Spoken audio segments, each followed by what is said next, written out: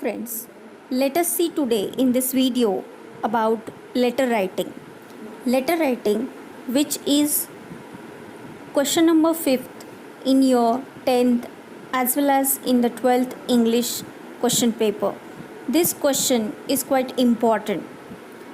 चला तर मग आज आपण पाहूया लेटर रायटिंगबद्दल.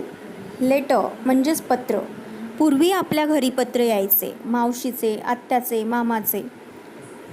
पण कुठं हरवलं ते आत्ता पत्र? पूर्वी अशा प्रकारचे खेळ देखील असायचे. मामाचं पत्र हरवलं आहे. खरंच हे पत्र कुठेतरी हरवलं आहे का?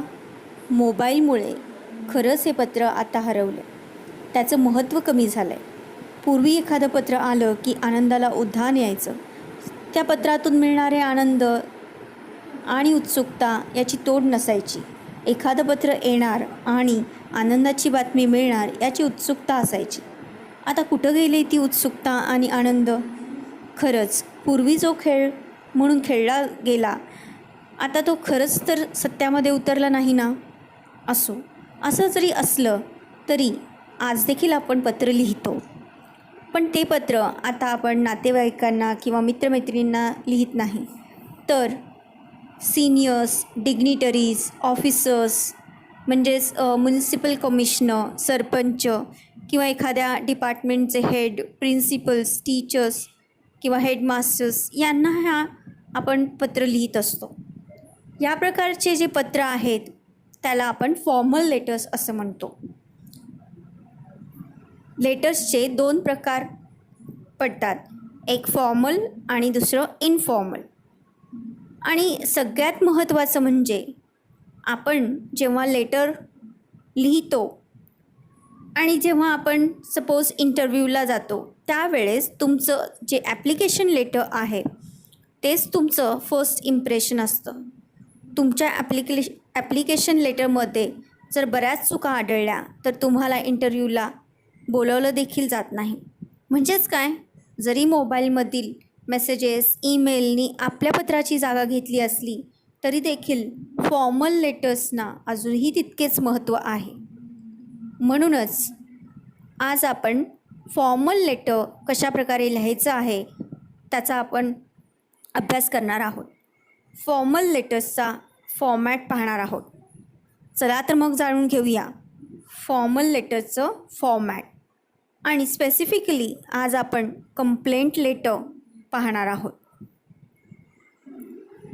जसं मी तुम्हाला आधी म्हटलं की लेटर्सचे 2 प्रकार आहेत, फॉर्मल आणि इनफॉर्मल. इनफॉर्मल लेटर जे आपण आपल्या मित्रमैत्रिणींना, नातेवाईकांना किंवा जर तुम्ही घरापासून दूर आहात अशा प्रकारची जर सिच्युएशन तुम्हाला दिली असेल आणि तुम्हाला ते आईवडिलांना पत्र लिहायचं असेल तर हे देखील पत्र हे इनफॉर्मल लेटर्समध्ये येतं. फॉर्मल लेटर्स हे आपण एखाद्या डिग्निटरीजला, म्हणजे सपोज तुमच्या स्कूलमध्ये जर एखादा प्रोग्राम असेल, ॲन्युअल फंक्शन असेल आणि तुम्ही एखाद्या डिग्निटरीजना पत्र लिहून इन्व्हिटेशन देत असाल तर ते इन्व्हिटेशन लेटर हे देखील फॉर्मल लेटर आहे. ज्यावेळेस आपण हे फॉर्मल लेटर लिहित असतो त्यावेळेसचा जो फॉर्मॅट आहे तो आपल्याला फॉलो करायला लागतो. काही वेळेस आपण हे फॉर्मल लेटर परमिशन मागण्यासाठी, इन्व्हिटेशन देण्यासाठी, डिमांड करण्यासाठी किंवा कंप्लेंट करण्यासाठी याचा आपण उपयोग करतो. फॉर्मल लेटरचा आपण आता फॉर्मॅट पाहणार आहोत. फॉर्मल लेटर लिहित असताना सुरुवातीला आपल्याला सेंडर्स ॲड्रेस लिहायचा आहे. एखादा सेंडर्स ॲड्रेस काही वेळेला प्रश्नामध्येच दिलेला असतो, तो तिथल्या तिथं तुम्हाला लिहायचा आहे. अगदी सोपं काम आहे. तर सपोज तिथं प्रश्नामध्ये सेंडर्सचं नाव जर दिलं असेल तर ते आपल्याला तसंच्या तसं लिहायचं आहे. आणि जर दिलं नसेल तर आपल्याला एखादा इमॅजिनरी नाव आणि ॲड्रेस हे लिहायचं आहे. त्यानंतर सेंडर्स नेम अँड ॲड्रेस हे लिहिल्यानंतर आपल्याला डेट लिहायची आहे. एक लाईन सोडून आपल्याला डेट लिहायची आहे. डेट लिहित असताना एक महत्त्वाची गोष्ट म्हणजे ती आपण नॉर्मली आपण जसा डेट लिहितो त्याप्रमाणे लिहायची नाही. तर सपोज आपण 2/12/2020 अशा प्रकारे जर डेट लिहित असेल तर तसं न लिहिता आपल्याला लिहायचं आहे 2 डिसेंबर 2020. डिसेंबर आपण शॉर्टमध्ये लिहू शकतो 2 DEC.2020. त्यानंतर एक लाईन सोडून आपल्याला रिसिवर्स ॲड्रेस लिहायचा आहे. रिसिवर्स ॲड्रेस लिहिताना तुम्हाला प्रश्न पडेल की कोणाला लिहायचं आहे कोणाला हा पत्र लिहायचा आहे. तर तिथं प्रश्नामध्येच तसं मेन्शन केलेलं असतं की कोणाला आपल्याला हे पत्र लिहायचं आहे. सपोज तुम्हाला हे पत्र म्युनिसिपल कमिशनरला लिहायचं असेल तर टू द म्युनिसिपल कमिशनर किंवा टू द प्रिन्सिपल असं लिहून नेक्स्ट जर ॲड्रेस दिला असेल प्रश्नामध्ये तर तो ॲड्रेस लिहायचा आहे. हे झालं sender's address. Then receiver's address.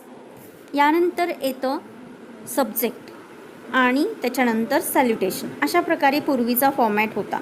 परंतु आता नवीन पद्धतीप्रमाणे किंवा नवीन फॉर्मॅटप्रमाणे सॅल्युटेशन फर्स्ट म्हणजे dear sir or madam first, त्याच्यानंतर सब्जेक्ट, अशा प्रकारे हा नवीन फॉर्मॅट आहे. तुम्ही म्हणाल की कोणता फॉर्मॅट फॉलो करायचा, तुम्ही कुठलाही केला तरी चालेल.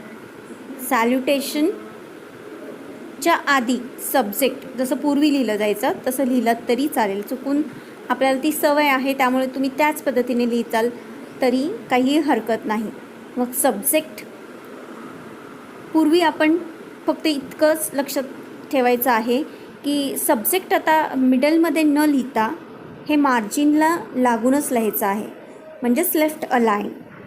सगळ्या गोष्टी ज्या आहेत आपल्याला लेफ्ट अलाइंडच लिहायच्या आहेत, म्हणजे समासाला लागूनच लिहायचं आहे. इतकं लक्षात ठेवा. लेफ्ट अलाइन किंवा राईट अलाइन ह्याचा विचार न करता इतकंच लक्षात ठेवा की आपल्याला समासाच्या जवळ म्हणजे समासाला लगत ह्या सगळ्या गोष्टी लिहायच्या आहेत. Sender's address, receiver's address, then subject, ते सुद्धा समासाला लागून म्हणजे मार्जिनला लागून, आणि त्याच्यानंतर सॅल्युटेशन. सॅल्युटेशनमध्ये तुम्ही डिअर सर किंवा मॅडम अशा प्रकारे सुरुवात करू शकता. आता अशाच प्रकारे आपण लिहितो. पूर्वी रिस्पेक्टेड सर किंवा मॅडम अशा प्रकारे लिहिलं जायचं. तर तसं न करता जर तुम्ही डिअर सर किंवा मॅडम असं लिहिलं तरी चालेल. ओके. त्यानंतर नेक्स्ट येतं इंट्रोडक्शन ऑफ किंवा main body of the letter. Main body of the लेटरमध्ये 3 पॅरेग्राफ तुम्हाला लिहायचे आहेत. त्यामध्ये फर्स्ट येतं ते आहे introduction of the topic. Introduction of the topic याच्यामध्ये तुम्हाला जे सब्जेक्ट आहे त्याच्याबद्दल तुम्हाला इंट्रोड्यूस करायचं आहे, त्याचबरोबर तुमचं देखील तिथं इंट्रोडक्शन करायचं आहे.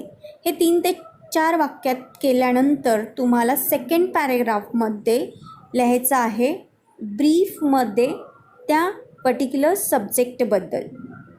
त्यानंतर थर्ड पॅरेग्राफमध्ये कन्क्लुडिंग पार्ट असला पाहिजे, ज्याच्यामध्ये तुम्ही थँकिंग यू किंवा आय एम ग्रेटफुल फॉर अशा प्रकारचे सेंटेन्सेस तुम्ही यूज करू शकता. ॲट द एंड एक लाईन तुम्ही लिहू शकता, जसं थँकिंग यू इन अँटिसिपेशन अशा प्रकारे. आणि त्यानंतर येतं सबस्क्रिप्शन किंवा क्लोजर. ह्याच्यामध्ये तुम्हाला योर्स फेथफुली, योर्स सिन्सिअरली अशा प्रकारे लिहू शकता. त्यानंतर जर सपोज तुम्ही हे पत्र प्रिन्सिपल्सना, हेडमास्टर्सना लिहित असाल तर तिथं तुम्ही योर्स फेथफुली, सिन्सिअरलीच्या ऐवजी योर्स ऑनेस्टली, योर्स ओबिडियंटली हे लिहून तुम्हाला तुमचं नाव लिहायचं आहे. तर अशा प्रकारे हा जो फॉर्मॅट आहे फॉर्मल लेटरचा तुम्हाला फॉलो करायचा आहे. चला तर मग पाहूया एक आता कंप्लेंट लेटर. इथं पाहू शकता तुम्ही की फर्स्ट सेंडर्स ॲड्रेस लिहिलेला आहे. नेक्स्ट त्याच्यानंतर डेट इथं कशा प्रकारे लिहिलेली आहे पाहून घ्या. त्यानंतर एक लाईन सोडून आपल्याला इथं रिसिवर्स ॲड्रेस लिहिलेला आहे किंवा ॲड्रेसी किंवा रिसिवर्स ॲड्रेस असे देखील म्हटलं जातं. तर तिथं तुम्हाला रिसिवर्स ॲड्रेस जर सपोज क्वेश्चनमध्ये दिला असेल तर तो लिहू शकता. त्याच्यानंतर आपल्याला लिहायचं आहे सब्जेक्ट. इथं सब्जेक्ट लिहिलेलं नाही आहे. सब्जेक्ट लिहित असताना महत्त्वाची गोष्ट म्हणजे फक्त ते 3 ते 4 शब्दातच असलं पाहिजे किंवा मॅक्झिमम 5 शब्दामध्ये. आता इथं तुम्ही लिहू शकता कंप्लेंट फॉर सर्व्हिस. 3 शब्द आपण यूज केले. तर तुम्ही इथं सेंडर्स ॲड्रेस, रिसिवर्स ॲड्रेस झाल्यानंतर म्हणजे रिसिवर्स ॲड्रेसच्या नंतर तुम्ही लिहू शकता सब्जेक्ट. आणि नेक्स्ट येतं सॅल्युटेशन. सॅल्युटेशनमध्ये डिअर सर किंवा मॅडम. त्यानंतर इथं जर लिहिलेलं आहे ते मी तुम्हाला सांगते. I am writing this letter to bring your attention that. अशा प्रकारे तुम्ही सुरुवात करू शकता. जर सपोज तुम्ही एखादं कंप्लेंट लेटर लिहित असाल तर अशा प्रकारची तुम्ही सुरुवात करू शकता. मायसेल्फ ह्याच्या आधी तुम्ही तुमचं स्वतःचं इंट्रोडक्शन देखील करू शकता. Myself secretary of this particular society dash dash society. I am writing this letter to grab your attention किंवा to bring your attention for आणि next whatever complaint is there for that और whatever subject is there that you can write. अशा प्रकारे ह्याची तुम्ही सुरुवात करू शकता. इथं जो दिलेला मॅटर आहे ते मी वाचून दाखवत आहे. I am writing this letter to bring your attention that I am not satisfied with your quality services provided at dash dash. मग इथं तुम्हाला कुठं तुम्हाला ते सर्व्हिस व्यवस्थित मिळाली नाही तिथं तुम्ही त्या कंपनीचं नाव किंवा जर सपोज हॉटेल असेल किंवा रेस्टॉरंट असेल तर त्याचं नाव इथं लिहू शकता. I am talking about the services I took on. मग पर्टिक्युलर तिथं तुम्ही डेट मेन्शन करू शकता. Took on 2 January according to the date which you have mention above. त्याच्या आधीची डेट तुम्हाला तिथं मेन्शन करायला लागेल. And want to let you know I was very upset with your staff's performance. म्हणजे मला तुमच्या स्टाफचा परफॉर्मन्स अजिबात आवडलेला नाही किंवा मी नाराज झालेलं आहे किंवा झालेली आहे. They use to deal with me quite inefficiently and did not show their interest which they must show dealing with regular customers. जर सपोज तुम्ही एखाद्या रेस्टॉरंटला व्हिजिट केलं असाल आणि तुम्ही सपोज इथले रेग्युलर कस्टमर असाल किंवा क्लायंट असाल तर सपोज क्लायंट हे वर्ड तुम्ही कंपनीच्या बाबतीत यूज करू शकता. कस्टमर हे तुम्ही रेस्टॉरंटच्या बाबतीत यूज करू शकता. तर जर सपोज तुम्ही रेस्टॉरंटमध्ये जात असाल आणि तिथं तुम्हाला ह्यावेळेस जी सर्व्हिस आहे अगदीच आवडली नाही तर तुम्ही अशा प्रकारचं कंप्लेंट लेटर लिहू शकता. हे झालं फर्स्ट पॅराग्राफ. सेकंड पॅराग्राफमध्ये काय दिले बघूया. I have been a regular client or customer of your business. इथं फर्मचं नाव लिहू शकता जर सपोज तुम्ही हे कंपनीला लिहित असाल किंवा जर सपोज तुम्ही हे रेस्टॉरंटला लिहित असेल रेस्टॉरंट मॅनेजरला तर तुम्ही इथं त्या रेस्टॉरंटचं नाव लिहू शकता. I have been a regular client of your name of the restaurant but now I am completely disappointed. I expect quality services from you and request you to address this issue with immediate attention. I expect full compensation and look forward to your replies within shortest time. अशा प्रकारे तुम्ही इथं जे complaint आहे ते दुसऱ्या पॅरेग्राफमध्ये elaborate करून लिहू शकता. आणि लास्टली येणार आहे क्लोजर किंवा सबस्क्रिप्शन. याच्यामध्ये युअर्स सिन्सिअरली युअर्स फेथफुली अशा प्रकारे लिहून तुमचं नाव लिहायचं आहे.